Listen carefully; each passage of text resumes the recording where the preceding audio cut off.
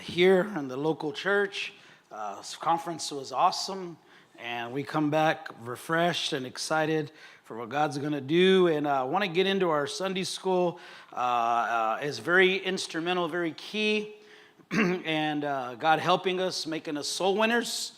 We're talking about people skills, a study called Relational Health.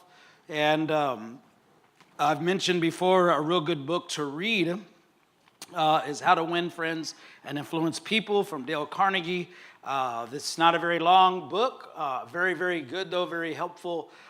This is an area that's greatly important. There's a section in that book that talks about J.D. Rockefeller and talks about other very successful business people, how they put a premium on people who are able to get along with people, even more so than people who are skilled very highly at their position and educated, which we do have an understanding that the more you know, the more knowledge you have, the more abilities you have, you increase your earning potential.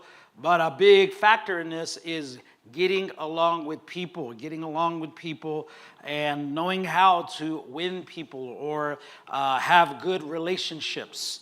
So I want you to think about that for a moment. Good relationships, the word good. Good relationships. Good, healthy relationships.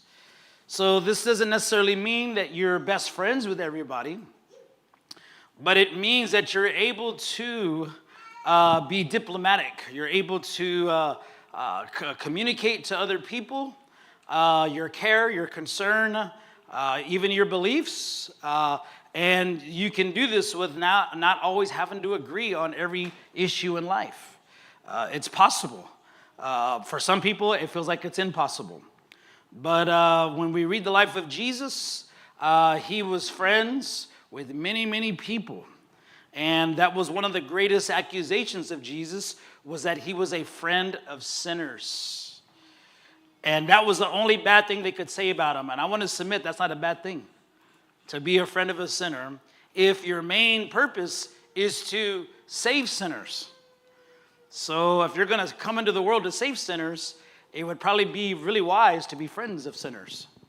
It doesn't. The Bible doesn't give us a record that Jesus, opened up a 40 with them and drank with them and smoked weed with them and checked out chicks with them. We don't read that.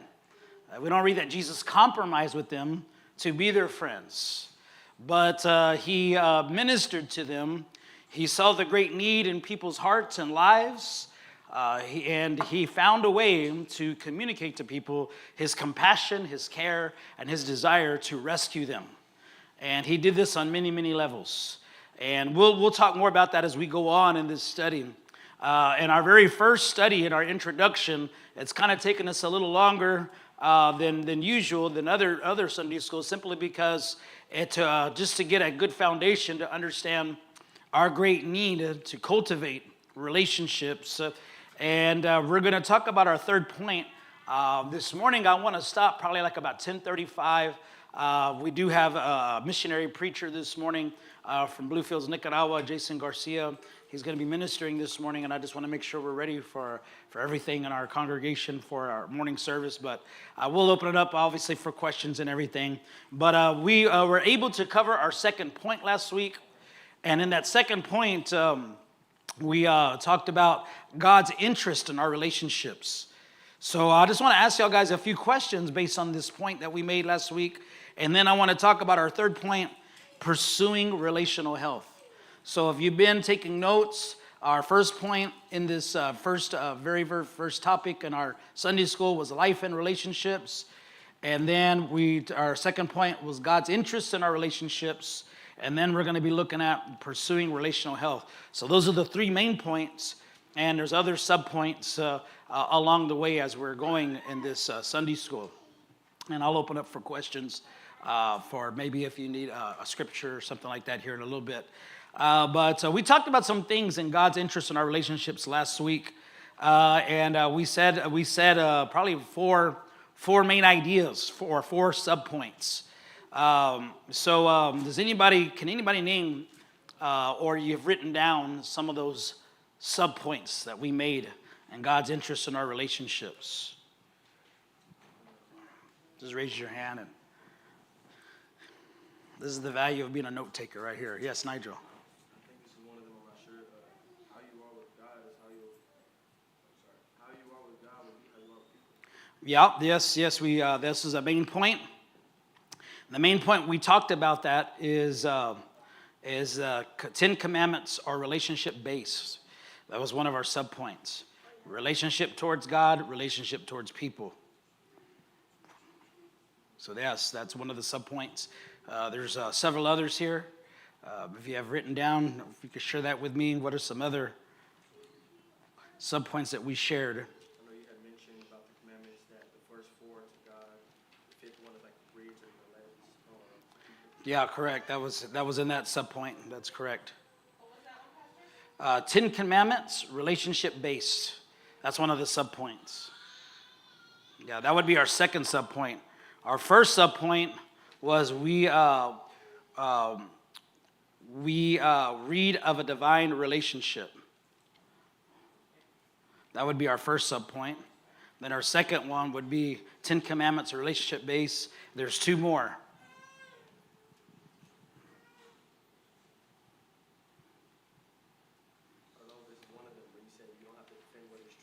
I'm sorry, say that again? I don't know if this is one of them where you said you do not have to defend what is true. You don't have to defend what is true. No, that was just a quote. Okay. Yeah. Okay, well, number 3, we said this is why Jesus in wisdom reminds us up what the second greatest commandment is. Okay. So do y'all remember the second greatest commandment? Love your neighbor as yourself. Yeah, correct. Yes, exactly. That's okay. It's all right. No worries. But yes, so that would be our third. This is why Jesus in wisdom reminds us of the second greatest commandment. That would be our third subpoint. Then number 4 subpoint would be leadership in ministry involves healthy relationships. Leadership in ministry involves healthy relationships, right? So we want to make disciples. Well, just to give you some insight, if you're going to make a disciple, one of the things that's required is a relationship with that disciple at some level. You know, you don't have to be, like I said, like BFFs. You don't have to be, because some people have this idea you got to be, let's call it the in crowd, right? People think like this, and it's amazing. They come into a church, they see certain people are more talkative than others, and they may have the ear of the pastor for a little while, and sometimes people get the idea, oh, that person must be pastor's favorite. You may not think like that. I hope not, but people sometimes think this way, So they kind of feel like, well, I'll leave that person there, and they have these awkward feelings that no one put that in their life. It's just the way they see things, right? So we don't know how people see things. But I've been involved in ministry many years, and I've had people, I remember we were overseas in Belize, where there was a family that helped build the church there in Belize. And one day there was this argument going on between families. And one of the family members says, oh, well, pastor's only for y'all. And I'm like, what the heck does that mean? What is that supposed to mean? Like, wait a minute, what? Like, that is just a terrible thought. To think, because they have a bigger family, they've been here longer, pastor wants to hang out with just only them. Like, no. See, this is why we got relational problems. Is because we have this jealous, weird, possessive that, nobody, really did that to you. You just somehow developed it through whatever, I don't know, So, that's what I call undercurrents. So many times in churches you have undercurrents. Everybody's pleasant at times, getting along, but there's these undercurrents going on where people feel slighted, people feel like they're not in the in crowd, I'm not part of that group, and really and truly, if you want to just be honest, that's a schism mentality. That's a divisive, that's division. In their own mind, they have this division. So this can be dangerous, in a church, in a family, because so much of the Bible is about God's people unifying, right? We're supposed to be a family. There's so many metaphors of the church. One of them is a family, a team of athletes. These are metaphors the church has, and all through the Bible. So the unity of the brethren working together. So there's something in people that not only has to realize that, but we're dealing with that. So as the church grows and more people get added, there's a high likelihood more of that stuff becomes a reality. Think about the backgrounds many people come out of. They come out of broken homes, mom and dad not being together. It's very common in broken families that the mom will dump on the kids, or the dad will dump on the kids. This is how your mom is. This is how your dad is. So then the kids grow up with this thing in them, that they always got to put one person against another. And the parents don't think that's what they're doing, but that's what they're doing. You're raising your child to have this mentality. They always got to put someone up against another. So we could grow up through life. That's just the way we've been living our lives. So we come into a church and not even realize that we start to put this person up against another person. And then, wow, this is not healthy. This is not good. It's at work in us. So there's all kind of dimensions to this. And God wants to help and God can help, but we have to be aware that this is something many times working in us, or we were in a family that was abusive, a lot of mistrust. People took advantage of us. So there's all these relational things that are working in our lives, and a lot of it is not godly. A lot of it is our upbringings, things, hurts, woundings, and God brings us together. And when pressure begins to happen, you see this manifest in relationships. So I want you to consider some of this right here, because if you're going to make disciples, you can't just have relationships. You got to have healthy relationships. Healthy relationships. People need to believe that you care about them. Okay? It's amazing. Every disciple Jesus had, there's this relationship that Jesus had with them to a certain degree. Okay? So we'll talk a little bit in depth on that. But these are the 4 subpoints we talked about, and God's interest in our relationships.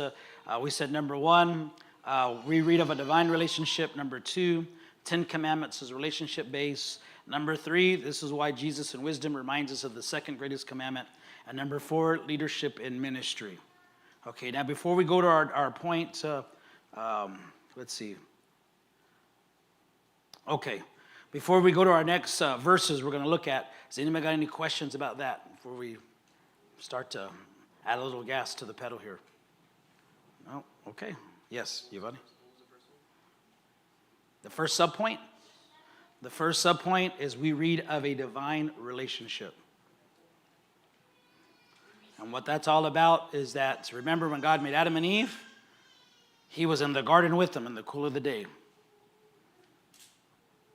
So this is real basic to us. Okay, God wants a relationship. He still wants a relationship.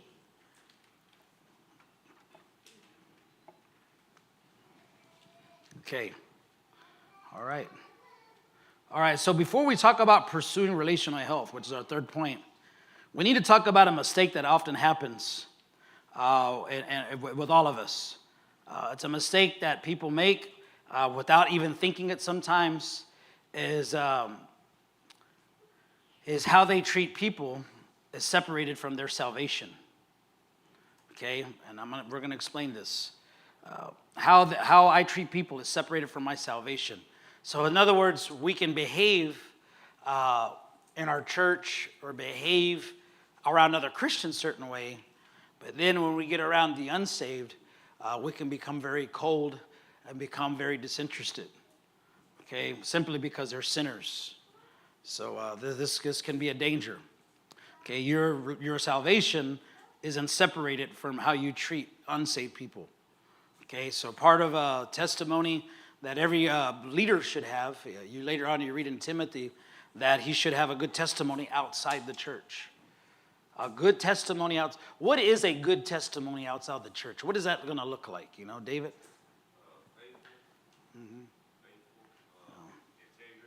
Integrity, right? Honest. Yeah, honest, right. Right. All right, so some good character attributes is what you're talking about. Now, our testimony outside the church, because among other Christians, it's I don't want to say it's easy, but it's within our ability to kind of conform and say the right things and behave the right ways. But then once we're out of the church and we're in our workplace or our school with other unsaved people, or what do we become? What's our testimony like? You see what I'm saying? Yeah. Did you have a comment on that one or no? Well, I just missed the question. Okay, all right. What was the question? Yeah, okay. So I lost my train of thought. That's all right. What we're talking about is how treating people outside of our salvation. What should our testimony be outside the church? And your husband was saying that you should show good character, integrity. The way it is in the church, if you have a good testimony in the church. Good point. If you have a good testimony to begin with, right? Yeah, very good. All right, some hands went up. Yeah, brother. I mean, I'm going to say this, that how you treat your fellow man is a reflection on how you treat God. Yeah, very true. Absolutely. If you're not right with God and you're not in close relationship with Him, you're not going to care about the fellow man. Yeah. You're selfish, and you're only going to care about you, and that's it. Right. Yeah, this is well said. Yeah, this is factual. Very good. Okay, there were some other hands that went up. No? Pearlie, did your hand go up? No? You sure? I could have swore I saw a hand go up on this side. Oh, okay. All right, okay. She was there. Okay. Okay. All right, very good. So let's look at that. We're going to give out some scriptures to kind of give us an understanding of that. We're going to kind of read through these scriptures a little fast. So I need some scripture readers. Okay, y'all are ready. All right. Nigel, get John 13:34. And then my brother, right over here, get Luke 2:52. And then Giovanni, get Matthew 9:11. I got 3 more verses. Yeah, Cynthia, Matthew 9:9. 2 more. Okay, Tanya, Luke 19:8. Okay, I got to give that one to Eric. I'll get you some more. Okay, Matthew 5:23-24. So we got John 13:34, Luke 2:52, Matthew 9:11, Matthew 9:9, Luke 19:8, and Matthew 5:23-24. So we want to kind of look at this element here that many people make the mistake is they treat people different or separated from their salvation. So in other words, we can tend to treat unsaved people pretty bad, pretty rotten, or we can be rotten around unsaved people if we're not careful. And this is a mistake that we can make. Okay, so John 13:34, let's read that. A new commandment I give unto you, that you love one another as I have loved you, that you also love one another.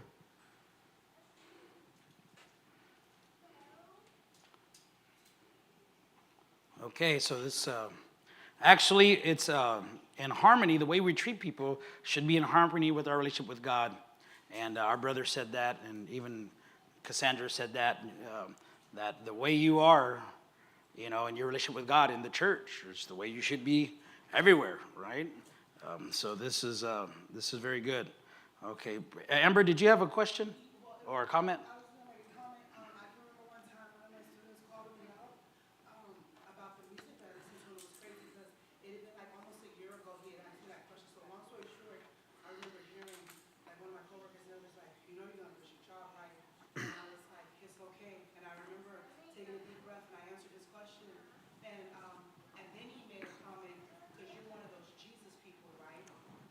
And where did it come from? Yeah. I was like standing there as if I was in La La Land or Twilight Zone, because I said, God, there was no conversation prior that would make him bring that up right now. We were in front of the class, we were in front of my coworkers, and I remember one of them was a Christian. She looked at me like, don't answer him.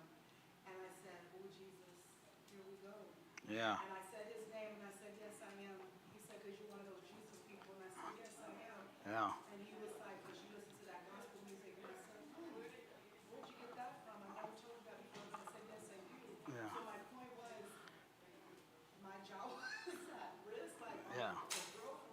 Yeah. And he wouldn't let it go. He went deeper. And I said, you're going to answer him. Yeah. And I felt the tears coming because I did call. He called me to the office later, but it was like right then and there, I was like, what are you going to do? Yeah. Like, what are you going to do? Yeah. But anyways, though, it was, I guess it goes back to what they were saying, Wow. the integrity and stuff like that, because I was put on the spot. So, yeah, I think for me it was a reality check too, of who are you really ever, you've been here 7 years, like, Yeah. what do you really do? Yeah. Answer him or what? That's really good. I appreciate you sharing that. That's very good. Okay, so sometimes believers view relationships totally separately, or they feel like it doesn't matter how they treat others. You've heard me quote Pastor Wayman Mitchell's quote that you could say a lot about a man by how he treats people who could do nothing for him. So think about people around you that are that way. You don't have to say any names or anything like that, but just think about that, you know. Think about maybe when you go to a restaurant and a waiter or a waitress is waiting on you, you know. So, how do you treat those people? You know, are you generous in your tips? Are you gracious with, mistakes? How you treat children, right? This is a big one too. How adults treat children. How adults treat children. So, there's a balance in that, because then you got people that, allow children to run their homes. But that's not what I'm talking about. I'm talking about, people that are just, they're just in a position in life where they're more dependent than you. People love to bring up the issue of beggars, but the same token, there's, we're in a culture today where homelessness and all that stuff is really rampant, drug addiction, you have people who are genuinely are suffering because they have real financial loss and their life is out of control from drugs and alcohol. And then sadly, you got people who that's been their lifestyle for a long time, and it's just a mix. But how do we treat those? How do we treat those? Somebody started, I think it's been going on for a while, but a pastor will dress up like a homeless guy, and he'll go lay on the sidewalk in front of his church, and only to discover that people in his church are ignoring him. Then he'll come in, and start rebuking everybody or telling them. It's like, well, you could do that, but, I think about that whole scenario. But, but the reality is, treating people a certain way is not to be separated from who we are in our relationship with God. Okay, so let's read these other verses. We got Luke 2:52 and Matthew 9:11, and let's continue. Let's read those. Fire away. Any moment, I gave it out. Okay, go ahead, my brother. Yes, thank you.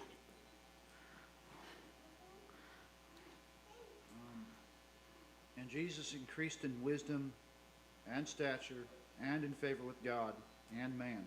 Thank you so much. Appreciate that. Okay, got Matthew 9:11.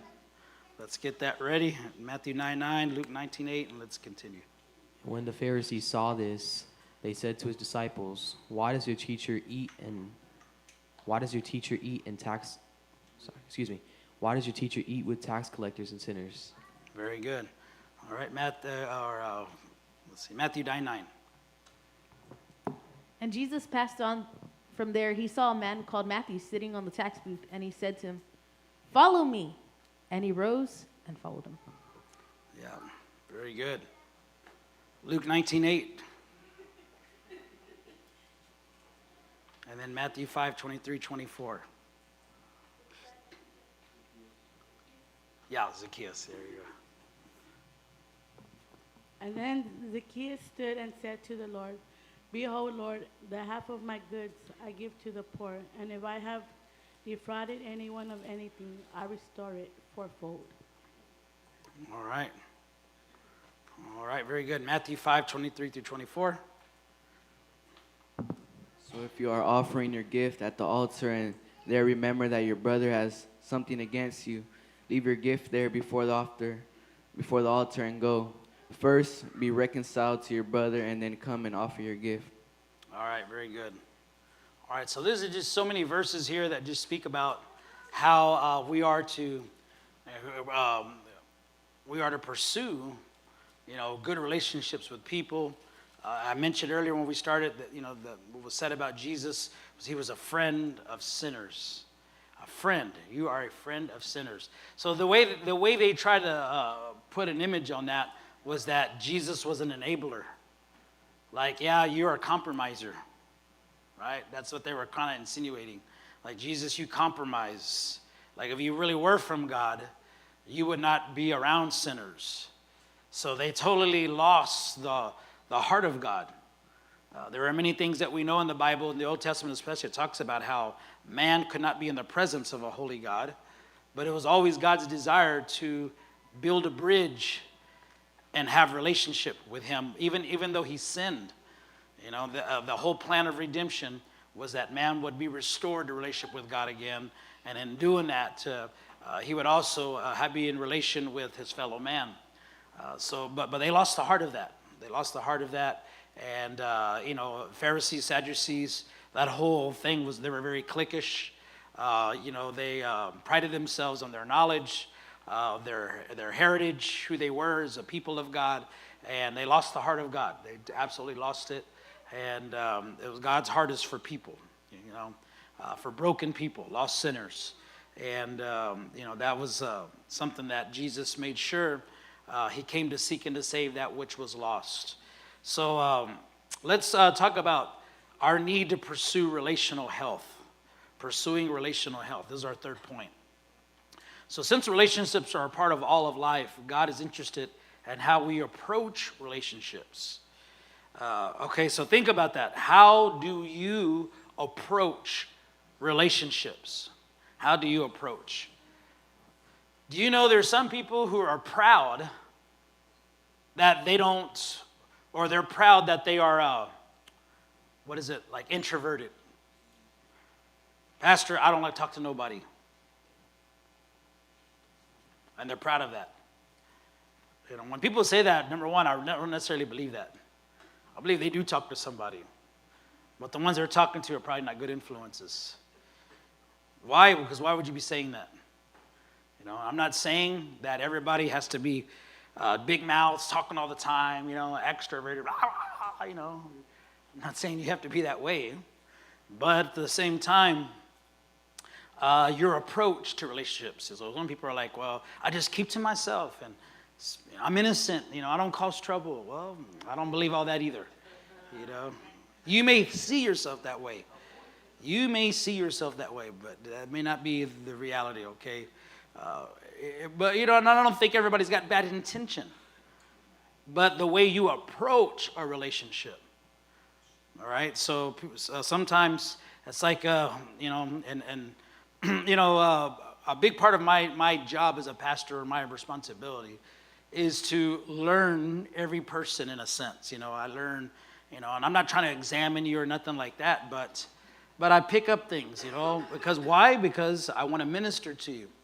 So I pick up on things. I purposely will go shake your hand, of course, because I care, but also I just want to see your spirit. I just want to see your spirit, that's all. And that's not a bad thing, it's just a reality. Because, there's things that are picked up sometimes. Not all the time, but because when I open my mouth and preach, I want to help you. I want to help you. I want to speak words that are going to help. I want God to use me as an instrument of redemption in your life. So that has to do with being in touch with people, being in touch. And to a degree, we can take this approach in relationships that, we're not really willing to open ourselves. It's like sometimes, not everyone's like this, but you probably may have met people like this. It's like you're playing with a poker player. Like people have all these ideas and thoughts, but they don't want you to know what they're thinking. So it's like, just like when you're playing poker, you don't show the people on the table your cards. So I'm just going to show you this card, Pastor. Right? But they want you to show your cards, right? They want you to show your cards so they can turn around and make an advantage. It's like, whoa, this is called a calculating personality. You're calculating. There's a good side to that, but there's also a demonic side to that. People that manipulate are always calculating because they always want to have something over on you, or they want to twist something. So, one step ahead. So there's a demonic element to that sometimes, but it's difficult many times to build lasting or healthy relationships with people who are always wondering, what are you up to? Right? So we can't get past that thing where, hey, open your heart. Well, Pastor, I don't want to open my heart because I've been hurt before. I understand, right? But at some point, if the gospel is going to impact us, we have to be able to come to Jesus laying all of our cards down, right? So I know that's not easy for everybody. I know that's a challenge. Not everybody's like this, by the way, but you'd be surprised how many people are. But the reality is, of your approach to relationship is that I don't want to show you my heart until you show me your heart so I can be one step ahead of you. Then you're going to struggle greatly in your relationships. Because a big factor in any relationship is something called trust. Right? If you don't have a healthy trust with people, and I'm not saying you have to, totally trust everybody with your life. I'm not saying that. But there's something in the gospel that's going to beckon you to open your heart to God, and in opening up your heart to God, you will begin to open up your heart to others. It's a flow. Okay, so I want us to think about our approach to relationships, because as we read these verses, I want you to think about what is your approach to relationships. How do you approach relationships? Do you just come to relationships guarding yourself all the time? Or sometimes, some people approach relationships based on what they can get out of a relationship. I'll be your friend as long as I see there's benefits to me. Right? So I want you to think about that. As Christians, what should our approach be? As believers, okay? So those are some questions that I'm going to put in your mind. I want you to think about, what is your approach to relationships? What should my approach be as a Christian? Those are a couple of questions you need to write down. We'll look back and answer those. So let's look at some verses of Scripture, because we need to pursue relational health. Let's get some readers. Colossians 3:23. Sophie, you want to get that one? Adrian, let's see, get Matthew 22:39. Okay, I got a couple more. Amber, can you get Ephesians 5:28-29? Lorenzo, get Luke 6:38. And then one more. Yes, Eva, get Luke chapter 10, verses 36-37. Pursuing relational health. Healthy, something that's healthy. Healthy relationship. Isn't it wonderful to have good physical health? Right? So what would it be like if we're great physically, but then we're unhealthy in our relationships? Right? It's not going to be good. All right, let's read these. Okay, Colossians 3:23. Whatever you do, work at it with all your heart. Did I say that? Yeah, whatever you do work with that all your heart. The NIV says this. Okay, so I have that scripture there because, we tend to think, well, let's just limit this to our jobs. Okay, what work do we got, Pastor? Well, my job, man, I'm the best worker. That's good. That's a good verse for that. But shouldn't you also have this intentional idea of, I have to work on relationships. I want to get better in my relationships. So all the wives and all the women are like, yes, Lord. And the men are like, wow, I am working on it. Just being a married man, wives like to talk. They like to talk, right? And they don't just want to speak. They want you to hear them, right? So as a husband, my mind, I'm trying to say this in the most gracious and careful way, right? it doesn't always move as fast as my wife's. My wife has a very fast mind, right? So, yes, she knows what I'm saying. She knows what I'm saying. So, oftentimes, I think that when I speak back with her, that, hey, this is going to make her happy, only to realize it didn't make her happy. Because in the words that I said, it shows that I wasn't really listening. And I have to say, it's true sometimes. I was listening, but I wasn't listening closer, right?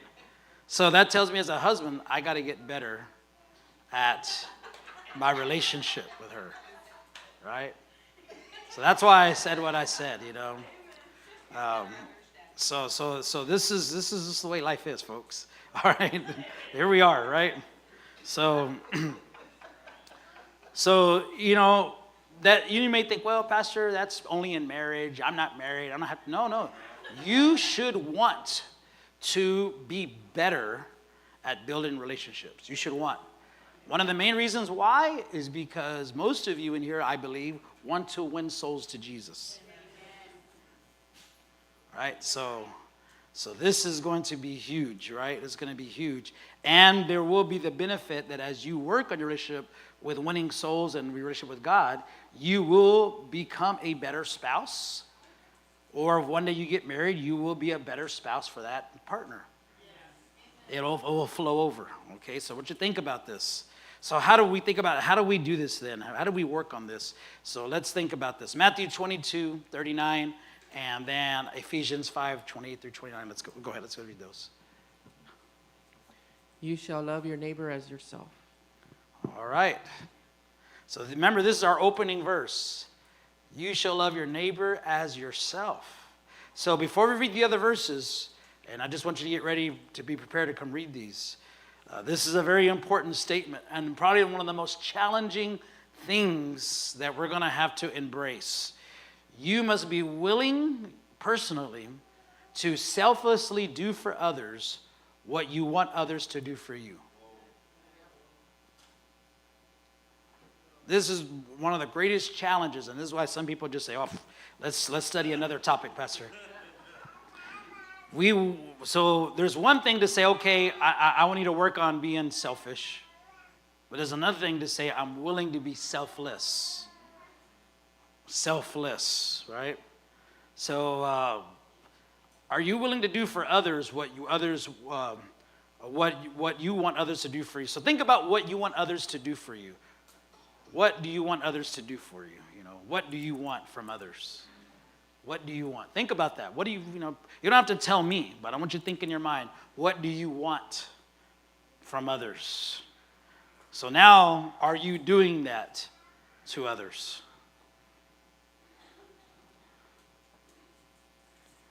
Okay, so what do I want? This is what I'm going to give. So what are you going to bring to the table? What are you going to give? Okay, Ephesians, now let's read these other verses. Ephesians 5:28 through 29, Luke 6:38.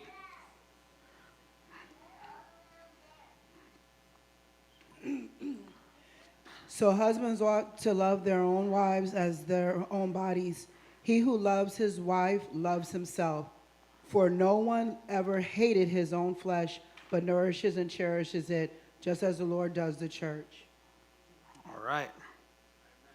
All right. How should a husband love his wife? How does the Bible qualify this? All right. Any husband in here just very slow to say something? Yeah. David?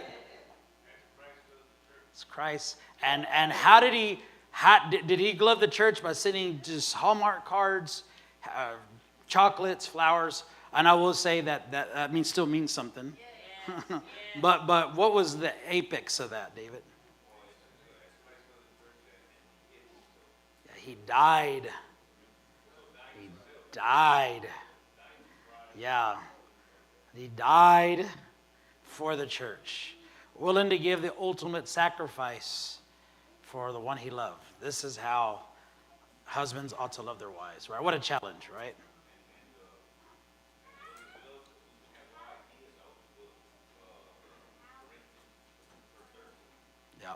Yep, very good. Yeah, some hands went up. My brother here, my brother here. Yeah, I was gonna go as far as to say, if you're gonna be married to someone, you better be going to God for them, Okay. period. Because giving that scripture and giving the example that Christ set for us, Yeah. well, if Christ is to be our example, then, you know, Yeah. so say someone wants to harm my wife, I best be ready to defend and die for her. Right. Very good. Yeah, Manny? Yeah, I think it says it right there, and it's opposite, or not opposite, our opening text, right? Yeah, It yeah. shows that, like, the idea that Christ loves himself, and that idea, it's turned now, right? Like, he loves us, like he loves himself, like, the second greatest commandment we're talking about, Mhm. love your neighbor as yourself. Okay. It's the same idea, but it's Christ loving his own body, but now he puts the church, he puts us before him. Yeah. And that's where forgiveness and all that Yes, absolutely. Yep. Yep. So there's, so yeah, this opens up a lot of things, obviously, yes. But this is the root of it right here. Okay, so Luke 6:38.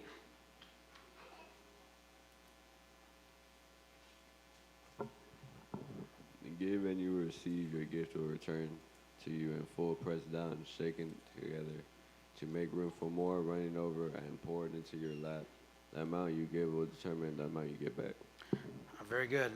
We often think this is just money, but this is actually relationship based.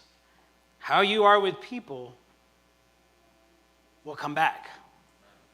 Right? So if you lie, you have a bad attitude, you're proud, there will be blowback from that. If you treat people bad, don't be shocked if people get upset with you or don't want to open up to you. Or so people who have a victim mentality don't see that. They always put the onus on someone else. They're treating me.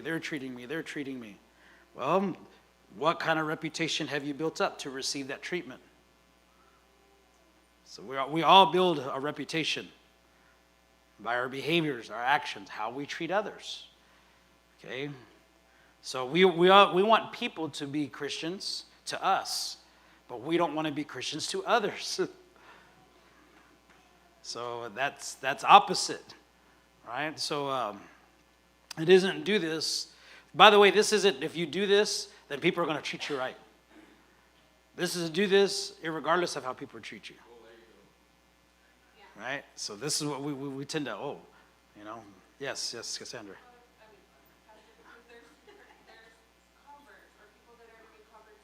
That's right.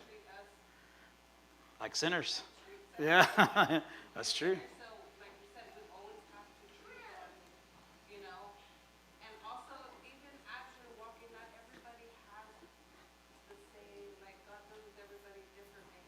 Absolutely.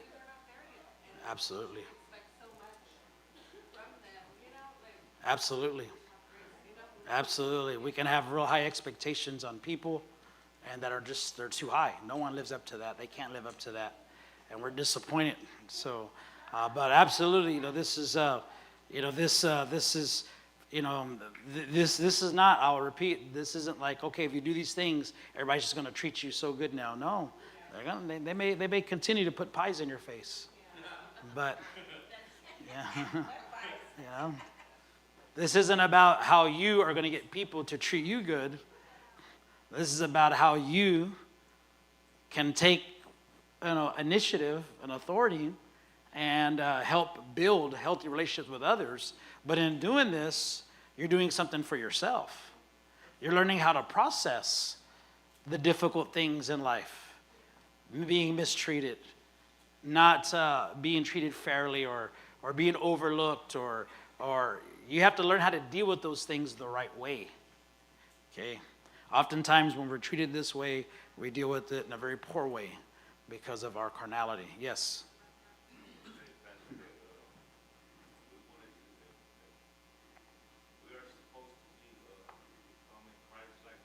Correct.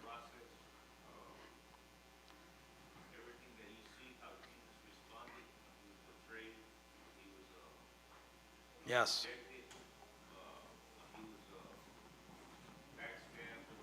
Yeah.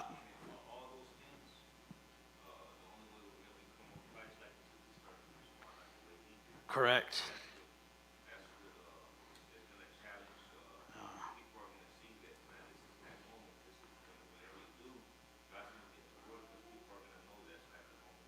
Very good.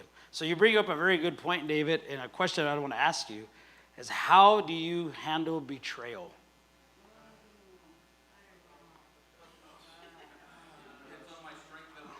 How do you handle betrayal?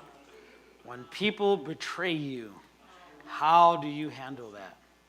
Okay, you don't have to, I'm not asking you to tell me how you handle that, but I want you to think about, do you do it the way Jesus did, as David was saying? He was betrayed, but he didn't stop loving and caring and going through the whole process of the cross. Okay, Amber, you have? Oh, okay. I plead the fifth. Okay, we got one more verse, Luke 10, 36 through 37, and then we'll open up for questions. Which of these three do you think provide to be a neighbor to the man who fell among the robbers? He said, the one who showed his mercy, and Jesus said to him, you go and do likewise. Very good. Thank you. So these are the final instructions after the parable of the Good Samaritan. You go and do likewise. Okay, what started this parable? There was a question about eternity. How do I get to heaven? Well, what is pleasing to God? Jesus responded, what does the Bible say? He responded, love God and love people. But then he asked, define people. And that is the problem with many relational problems. We don't want to deal with us. So in this study, we're dealing with us. Okay, we're not dealing with, man, Pastor, I'm so glad you're doing this, and I hope brother and sister so-and-so are here so you can deal with them. My husband's here to deal with him. My wife's here to deal with her.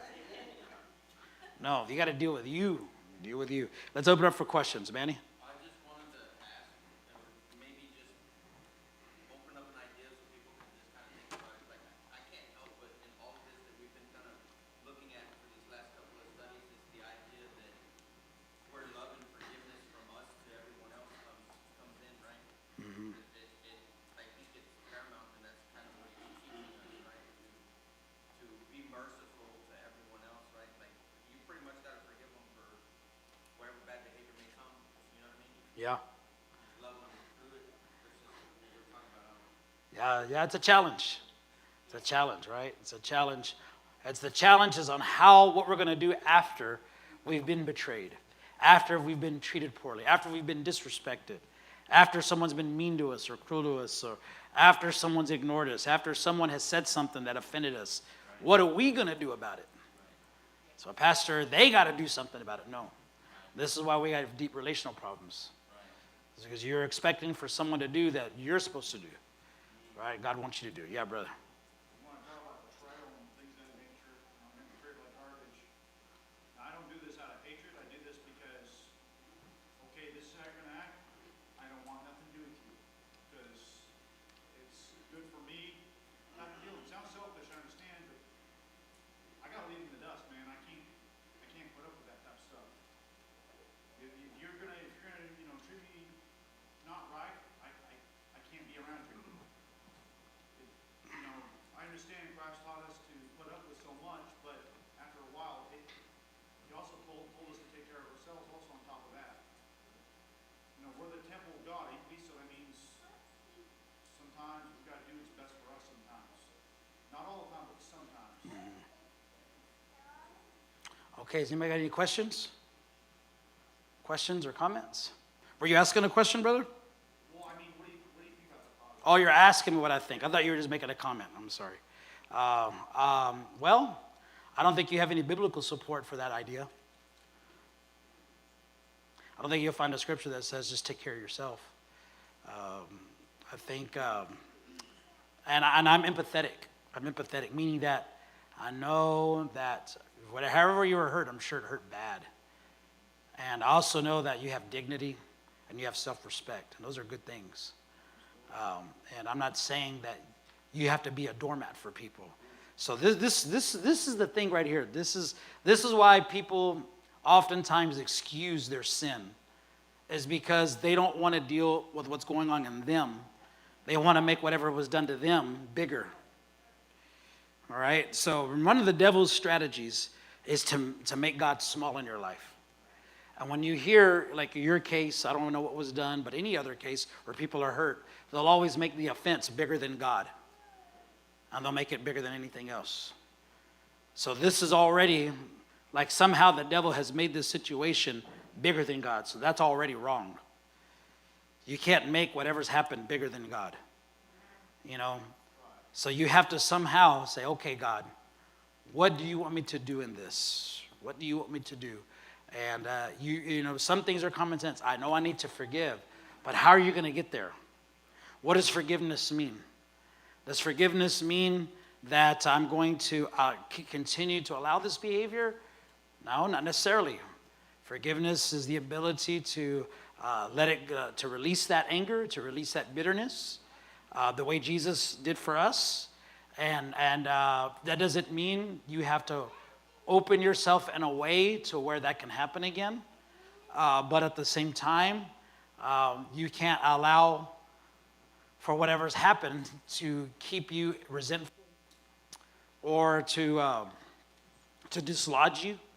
You know, like now this has happened, I'm going to now run away from that, or I'm now going to hide from that, or I don't want to see them again. Like those are ultimatums. So most ultimatums have a lot to do with resentment and bitterness. We can say I forgive because we know it's the right thing, but doesn't necessarily mean we've forgiven in our hearts. So there has to be a thing where we're able to come to some kind of respectful agreement. Hey, whatever you did to me here, I don't feel you did me right, but you know, I forgive it. You don't have to tell them that, but that has to be the process in your mind. And you still have to be able to live and be productive and still be connected without that being the main feature of your heart and your life, you know. Because Jesus' life, you know, betrayal. We're going to feel betrayed when people do us wrong. We're going to feel betrayed when we're mistreated. Betrayal, this is a big issue, betrayal. You know, Judas Iscariot betrayed Jesus greatly. You know, and how did Jesus treat Judas? You know, he still loved him, you know, he still, you know, there's a term that I use, I call it just leaving the door open. In my own ministry, man, you know, countless times I've been betrayed by many, many, many folks and been hurt. But, you know, I do my best to say, hey, you know, this comes with the territory. You forgive and you try to communicate to people that I'm willing to reconcile. I'm willing to be open. You know, I'm willing to be open. But it doesn't mean you have to necessarily be, like I said, their buddy, or put yourself in a position where you get some kind of abuse. So you know, this can get real mucky real fast. But the reality is that something in you has to want to come to a place where you can at least be at peace with somebody.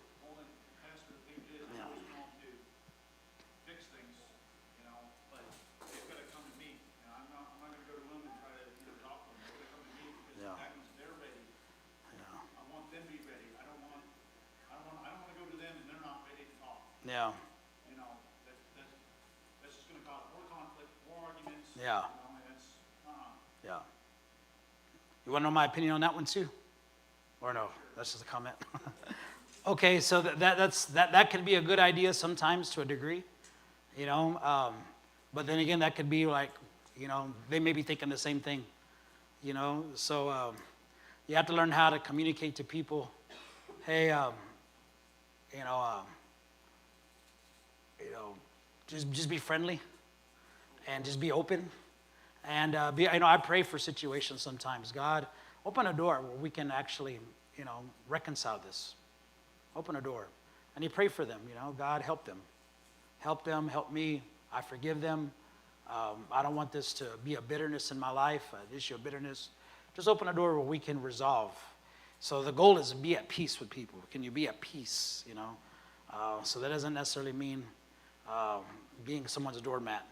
And that may mean you having to go and just shake their hand and smile. How are you doing today?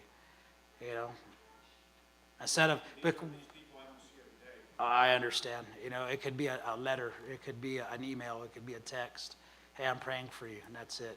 It don't have to be, hey, this, and this, and this, and I'm going to prove my point. It don't have to be anything like that. Yeah. Well, it's just an example. I don't want to get in your thing, but I'm just saying it as an example. You don't necessarily have to come with something heavy, you know. So those are just some ideas, because if you never communicate nothing, then sometimes not saying nothing is saying something, you know. I'm closing the door. Okay, so we got to move quickly here. Let's get some very fast questions. Cassandra. Well, even just saying, you gotta be careful saying, I'm praying for you, because it's like, oh, it's about you. I had no problem, so I'm praying for you, but, you know, Yeah. so sometimes that could be kind of Yeah. misunderstood, right? Like, Yeah. Well, you know, yes and no. Is it really wrong to tell someone I'm praying for you? no, Right. but depending on Right. your heart, because it depends on how Right. you're saying it. So who's responsible on how they should interpret that? You, Right. for sending it. Yeah, well, okay. So you say I'm praying for you. But if they take it in this negative way, that's on them. Yeah, definitely. But you sending it just to brush it off, like, oh, I'm praying for you. But, you know. I guess it just depends what it is. But I do know that, like say you're in a conflict and you feel that you're right, or you have this attitude that I'm right. Then you say, I'm praying for you. That could be taken, misinterpreted as self-righteous. Definitely. That's what I'm saying. Yeah. But you have to be aware. Some people are not aware. Some people are genuine. I'm really praying for us. And but you really can't control. See, you're saying something out of you need to be aware. But sadly, some people are just not aware. Some people are just not aware. Yes. I think I can relate to what she's saying. I've heard some people use a lot of words and they'll say things like God's gonna help you. Yeah. Yeah. And after a while, when I hear people saying things like that, I'll stop. He's gonna help us. Yeah. Because she's talking about a self-righteous attitude. Yeah. And that does happen from time to time. Sure. Yeah. That's gonna happen. But we still need to, I guess, love people through that too. Yes. Yeah, just keep in mind, there's people who are just not aware. So is your heart big enough to overlook that? Right. You say, you know what, Lord? I don't think they're aware. Right. Or if they are aware, then you know what? I'm going to overlook that anyway. Right. So you have to learn, to be the one to kind of say, I'm going to try to be more spiritual here. Not in a self-righteous way. I'm going to be more spiritual than them. My heart needs to grow. It's just coming to the point where maybe I can learn something here. So a lot of times when we're in a conflict, we're not thinking about learning anything. We just have an axe to grind. I want to prove my point. Yeah. So, but you gotta put away your axes and your grinders, and quickly try to get to the part where I'm going to make peace with people. Yeah, make peace. That's really what we ought to be doing, making peace. How can I come to peace with somebody? Because you could argue forever and never agree. So, some people think they're talented arguers, but they're not. Okay, very good. Amber and then Manny.